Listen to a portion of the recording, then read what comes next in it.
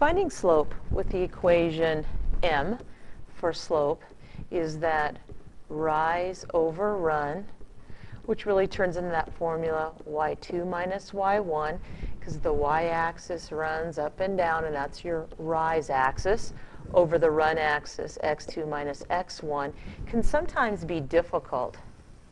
So if that formula is causing you some problems, what you might want to do is, let's just plot these points. Let's plot the point 3, 2. There's my point 3, 2. And let's plot the point 1, comma 4. And if I look at these 2 points and I connect them, I can see that I'm going to have this little slanted slope, and that's what slope is, a slant. Visually, it's the average rate of change. If I check this out, if I look at my rise and my run, and I think of this as almost like a little stairway, I went down and over. How far did I go down? I went down 2. Notice down is negative. And I went to the right 2 as well. So my slope, if you want, you can go and plot these points and count the rise run. And let's just double check that. M is my y sub 2, which is 4 minus 2. So I'm taking my coordinates over x sub 2, 1 minus 3. And 4 minus 2 is 2. 1 minus 3 is negative 2.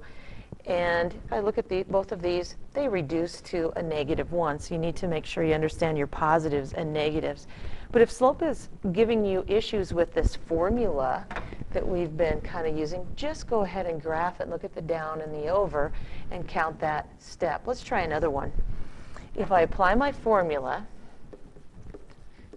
taking my y coordinates and subtracting them, be very careful again on your positives and negatives.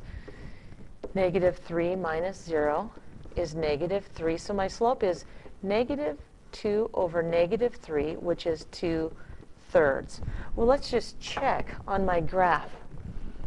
0, 4 is going to land on my y-axis, and the point negative 3, positive 2.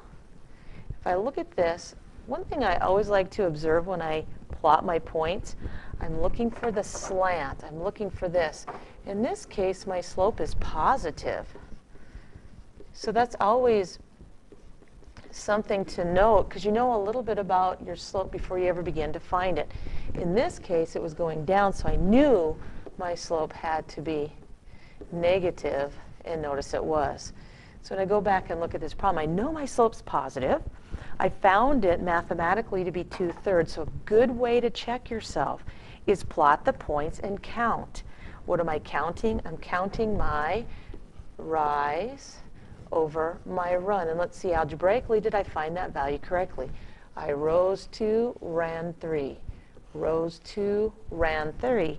So I did find it correctly. So when you're finding slope with 2 points, if you're having difficulties, get the graph paper link in the course and just plot the points and do a count rise over run.